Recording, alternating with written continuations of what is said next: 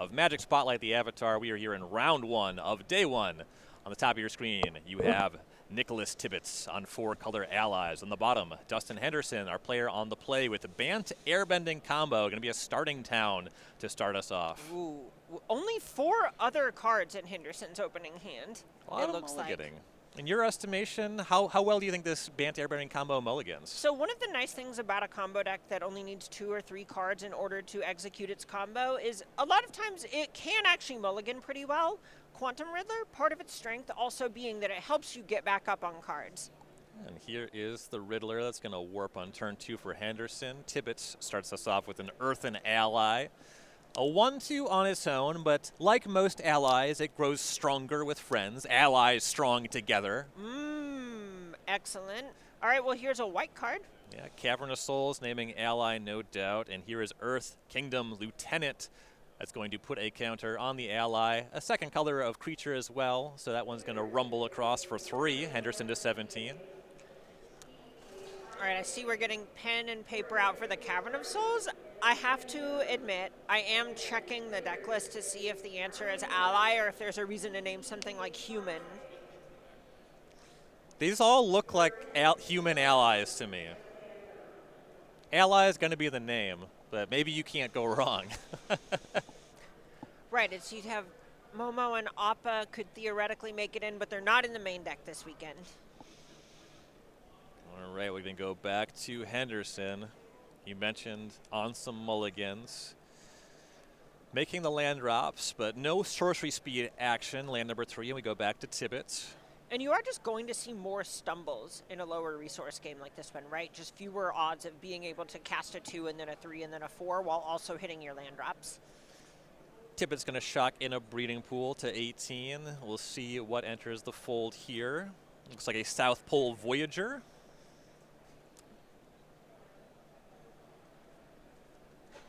Notably, another white creature. Earthen Ally, not going to grow from that. But the Lieutenant will. That one will grow from any ally. A lot of pressure. Vallager also going to gain a life when it enters. Here's a second ally. That is the Earth Kingdom Protectors. That is correct. You know what it does? Well, it triggers the South Pole Voyager first, so that's going to gain a second life, and that's a second trigger, so that's going to draw a card. But yes, exactly right. That one can sacrifice to protect an ally. Gives it indestructible until end of turn. They protect, so they can attack. Grows the Earth Kingdom Lieutenant. So here's an attack, looks like for 6. Henderson going to flash in an Ang, going to Earthbend away the Lieutenant. That one could be scary on the way back down. Right, I mean, this is definitely the play where you kind of are operating under the idea that your opponent is not going to have very much interaction game 1. And you're just hoping that that's going to stay off the table for a turn or 2, because that's all you're looking for. We see Appa in hand. Right, most of the way to the combo, as 3 points did connect Henderson to 14. Land 4 is rolled up. There is a basic forest and a pass. Surely nothing to see here with 4 mana untapped. So unlucky a green deck would pass with nothing to do for 4 mana. No spells again. And don't call me Shirley.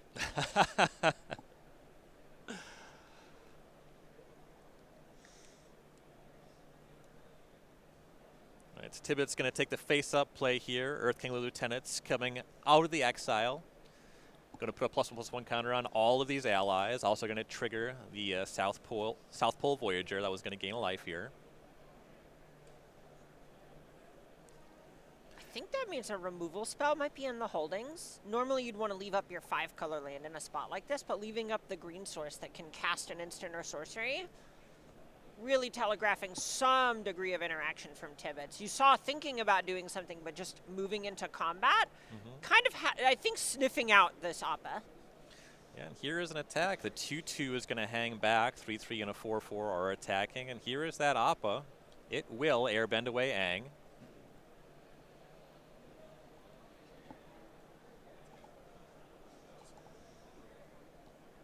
Contemplating whether to block or not, or maybe we're before blockers are declared yet.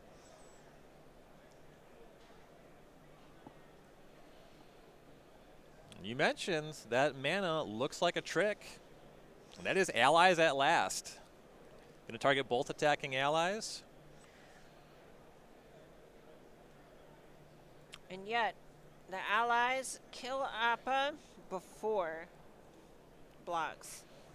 That would be the time to do it. Yeah, 7 points comes across. Henderson down to 6. Kind of a flavor fail for allies at last to take down Appa. I thought that they were on the same team. Yeah, well, at last really implies a lot about what came first. There you see the removal spell there. And this is nice. This is exactly that sort of one piece of disruption that you are looking for whenever you're the aggressor here. It's just having a way to say, all right, I'm going to kill you on 5. I'm going to undo your turn 4, hopefully keep you off the table for a turn or 2, and actually just outgrow your ability to trade or block in combat. Once again, Henderson land go. The Aang Swift Savior is still airbent. That is minimally what he has access to, but really under a lot of pressure here. We'll see if Tibbitts adds anything to the battlefield before combat. And now this is the point you're fearing Tibbitts' seat. You go, I feel like I've won this game, but how can I mess this up? And how do I avoid those scenarios? Yeah, there's some incentive to play at sorcery speed. You want to grow your Earth King's Lieutenant or maybe some other creatures pre-combat. Yes. But if you do have anything with Flash, there's a lot of incentive to leave that up as well. And if it's an Aang, that costs 3. And there's even some degree of question where you kind of have to ask, am I supposed to, say, play into something like Aang? So here's an attempt at Earth King's Lieutenant.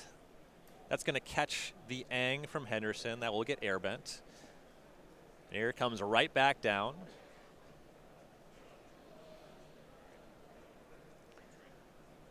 And now here's the point where Tibbitts is saying, okay, do you have another Aang? I think I'm okay, and just get to attack for lethal if you Aang this one and have to legend rule your first one. So here it is, Earth King Lieutenant. So because of the way the card is worded with the 2 separate abilities, this is actually going to put 2 counters on the previous Lieutenant. And yeah, Henderson's seen enough. That is quite lethal at this point. Yeah, in some ways that mulligan really, really hurting Henderson, kind of playing from behind the whole time. But I do love how Tibbitts was able to use all of their mana every single turn, had that one disruptive element, just kind of was firing on all cylinders. Yeah, you play 3 copies of allies at last. You probably often aren't going to need or want to. You want to make sure you're curving out. And yeah, the recipe just played out kind of exactly according to plan there for Tibbitts. Right. And if you're in Henderson's seat, you got to be a bit nervous because moving to the sideboard, I don't think things improve for Henderson. I think this is one of the games that airbending is the most favored. All right, let's go ahead and take a look at player sideboards here. So let's start with Henderson on the bottom of the screen here. Now down a game. So we have some options in the form of removal here. It's interesting, some texture of this deck. It's also trying to protect its combo the same way the Allies deck is maybe look out to protect its synergies. But I imagine we're looking for more disruption here than anything if we're sideboarding much at all. Yeah, the big thing is just trying to actually keep things off the battlefield and buy time. So you are either trying to slow down the game by making it harder for Tibbitts to attack. So you might see something like hide on the ceiling in that world if you want to be able to just say, all right, I'm going to fog you for a turn at a really inefficient rate, or even better than that, I want to seam rip your early play. Or in some ways, you just want to clear the way for your own combo. So a lot of that is also going to manifest as seam rip, as something like Into the Floodmaw, where you're able to, say, turn off a hate piece. I could see Azure Beastbinder coming in here, but in a lot of ways, I kind of suspect Henderson is just not really wanting to mess with the formula too much. Yeah, that makes sense. Stuff like seam rip makes a lot of sense. It's a clean answer, but then like Into the Floodmaw, hide on the ceiling, that would be a heavy amount of sideboarding, maybe not necessary, we'll find out. And then for Tibbitts, up a game on the ally side of thing, does have some access to a little bit more disruption, which is maybe something that he really does want. Right, so Earth Kingdom Jailer is the first card that really sticks out for me as something that's exciting here for Tibbitts. In a lot of ways, whenever you're playing something as sort of tightly knit as this ally strategy, where all the cards you get come from Avatar: The Last Airbender. Right, there are not a ton of options for you in the way of creatures, so a lot of times what Tibbitts is trying to do is actually tune the instants and sorceries that they have access to, or the non-creature disruption that they can play. It would not surprise me if we see something like Sheltered by Ghosts come in here. That one can be a little fraught against, say, more creature removal, but it is one of the best ways for Tibbitts to maybe insulate something like an Earth Kingdom Jailer with that Ward 2. If you're putting a lot of eggs in that basket anyway, it is a good way to actually answer something like Doc Orlock while not pulling back on your own pressure too much.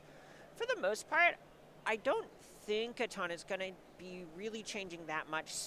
I think Spider Sense is one of the ones that can actually go after some of the abilities that Henderson's bringing to the table, which is nice. Normally you just see the negate mode on that one.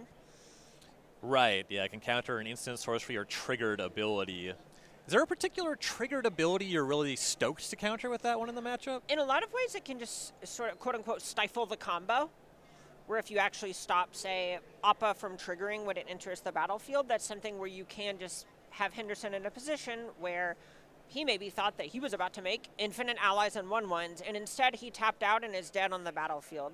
That just can really create some super awkward spots. Yeah, we'll see how that plays out, and we appreciate you joining us for coverage here of our first event of 2026 here at SCGCon, but we have a lot more destinations in mind this year. We're in Atlanta this weekend, and you go around the clock, as it were. We're going to Portland. Bang. We're going to Milwaukee. Bang. We're going to Cincinnati. Bang. Las Vegas. Bang. Hartford. Bang. Los Angeles. Bang. Baltimore. Bang. Dallas. Bang. Washington, D.C. Bang. And Richmond, Virginia. Bang.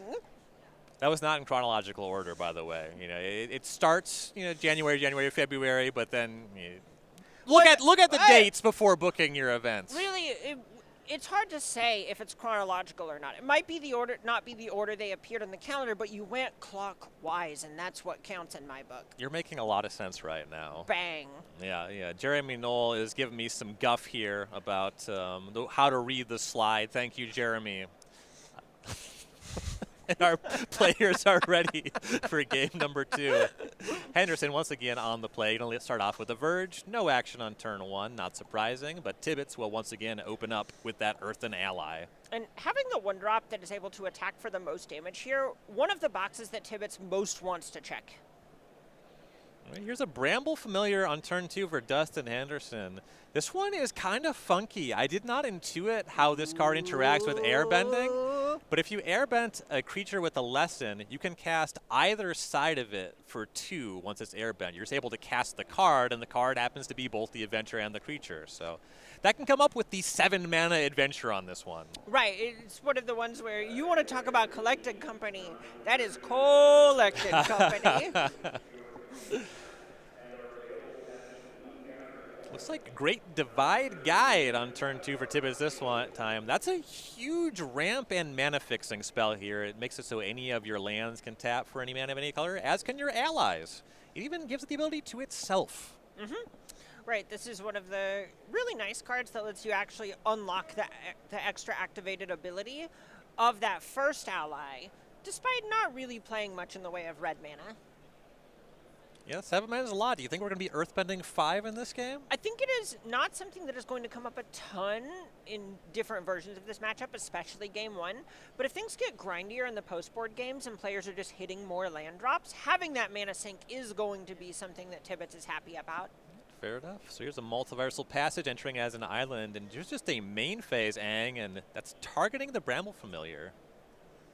Trying to do something shields down, but it looks like the shields are up. Oh, there's Spider Sense. Gonna pick up the ally. And you asked what triggered abilities you would want to counter. Does this look good? I don't know. You're the expert. You tell me. I would guess that Tibbitts is benefiting from the fact that Henderson is not going to get a collected company in a second. But he will get a Seam Rip. That one's going to go after the Divide Guide. Fun name to say. Yeah, Seam Rip, really, really nice concept there. Very high dopamine card. Seam Rip. Listen. It's back to Tibbitts' turn. All right, another Great Divide guy to replace the other one, and Earth and the Ally will re-enter the battlefield. That one was previously web slung. Wait, did you mean Great Divide Guide is the fun one to say? I did, if you can believe it. No. I'm gonna hold back on that, but All right, you know, all right. I respect your It's right round to do one. it. We're warming up. You know, the jokes will land better later. Here's a Momo-friendly flyer for Henderson. Makes your first non-lemur creature spell with flying. You cast during your turn, costs 1 less. How about Warping Quantum Riddler for 1 with 1 card in hand? 1 mana draw 2? They've never printed that card. That card's messed up. They've actually printed 1 mana draw 3. Yeah, Just, that one was strong. Yeah, it wasn't bad. Clocked in, 9 a.m.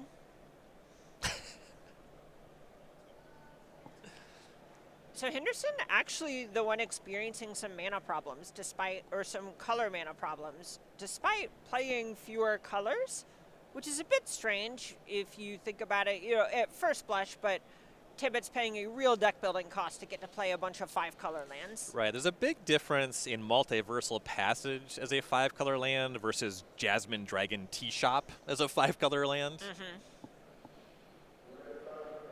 So the Aang came in for an attack there. This time Henderson, the beatdown, Tibbitts to 18. 18 all. That Momo and before maybe too long that Quantum Riddler, that can turn up the heat. This could be a real clock for Henderson. Okay, well here's some life gain if there is a clock coming. The South Pole Villager going to gain a life. Likely a second creature incoming for another life and a card. Here it is. It's going to be Katara, Ooh. the Fearless. That doubles the triggers of allies. Is that 2 life and 2 cards? It sure looks like it.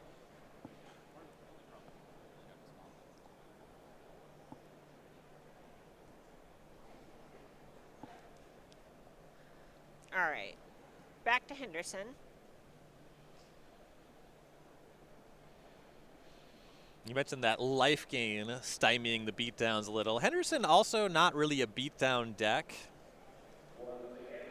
So could have some combination. We were talking in sideboarding. There's some disruptive elements here. Now there's some work to do to clean up the battlefield. That Katara plus the South Pole Villager, that could really get out of hand really quickly. Right, anything like that, you're just...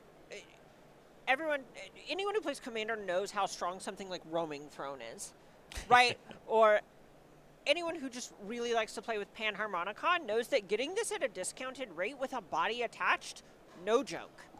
If all of a sudden you see that Earth King's Lieutenant come down, this is going to get out of hand quick. Looks to be a judge call, I believe, pertaining to that second card drawn. Players are going to figure that out. Yeah, we're just going to double check, see how that one plays out. I think it cares about if it is the second time it is resolved, not the second ally that entered. Well, the question is, does copying the triggered ability cause the ability to resolve a third time, or are you copying the second resolution? Right, which is right. kind of muddy. I don't understand it. Yep. You know, we'll let the judges figure this out, but players talking it through. A lot of mana over on Henderson's side from this point, where going into this turn, Quantum Riddler coming down for 4. Not too shabby. Oh, yeah. Yeah, the Riddler could get busy. And there's that question. It feels like Henderson, there's some onus on him to have some disruption and or to set up the combo.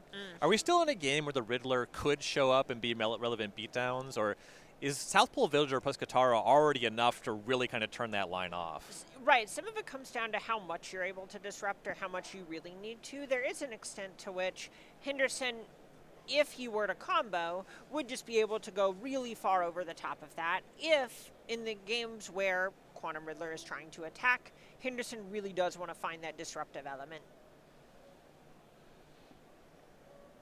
And even that one can be difficult. Seam Rip is only going to be able to go after the smaller creature in this spot. I suppose the nice thing about the Riddler line is always that if it's not enough on its own, it at least draws you 1 card, and if you play a bunch of cards out of your hand, it'll start drawing you extra cards in every draw step as well. It's so funny. So much of the Riddler stuff feels very much like the should I attack with Dragon Lord Ajutai back in the day, where if you have to think about it, it's time to attack. You've really got 2016 on the brain today. That was 2015, right? Please tell me that was. Yeah, Dragon's a Tarkir. I know that Cons was 2015, and then 14. 14, October 2014. 14, and then 15. Okay. Yeah. Yep. There we go. It was legal on Standard in 16. That's true. I know that is right. Time is an illusion. You know, everyone keeps saying that, but it just keeps coming, and it don't stop coming. It don't stop coming. And it don't stop coming. And it don't stop coming.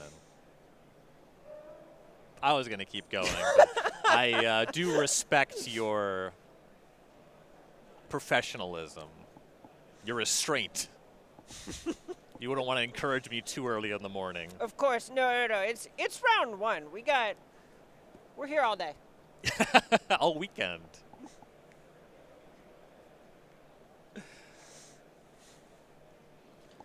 So, all kidding aside, the point about basically trying to see why would I want to actually cast the Quantum Riddler if I'm not sure if it's good enough, it actually draws you towards the resources you need for it to be good enough, right? In a lot of ways, kind of paying that cost earlier on is going to give you a more informed version of what the game looks like.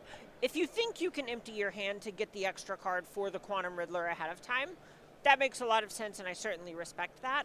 But if it looks particularly close, making it so you can start attacking for 4 a turn or 2 earlier is value in and of its own right. Because every turn that you're not attacking is a turn where it looks more hopeless to be able to actually declare the attack. All right, so it looks like we are getting our resolution here. I believe I know what's happening. I'm going to get confirmation from our table spotter here, but it seems to be apparent that that second card off of copying that trigger that was drawing an extra card. That's not how that's supposed to resolve. So that Katara copy is the third resolution of the South Pole Villager. That one's just good for a life, not for a card as well. And so we are cleaning up the fact that a player has drawn an extra card. And notably, we see a couple of cards hanging out in the hand that kind of speak to the insulation that this Allies deck Tibbitts has brought is not necessarily the insulation against removal that Tibbitts has brought is not necessarily going to always line up against the kind of removal the opponent has. We see Hakoda Cephalus Commander, something that's going to give Tibbitts the ability to really churn through their deck, and then which is good, but then a sacrifice ability which gives Indestructible, which is not really going to do a ton against a bunch of cards that are exiling and returning things to hand.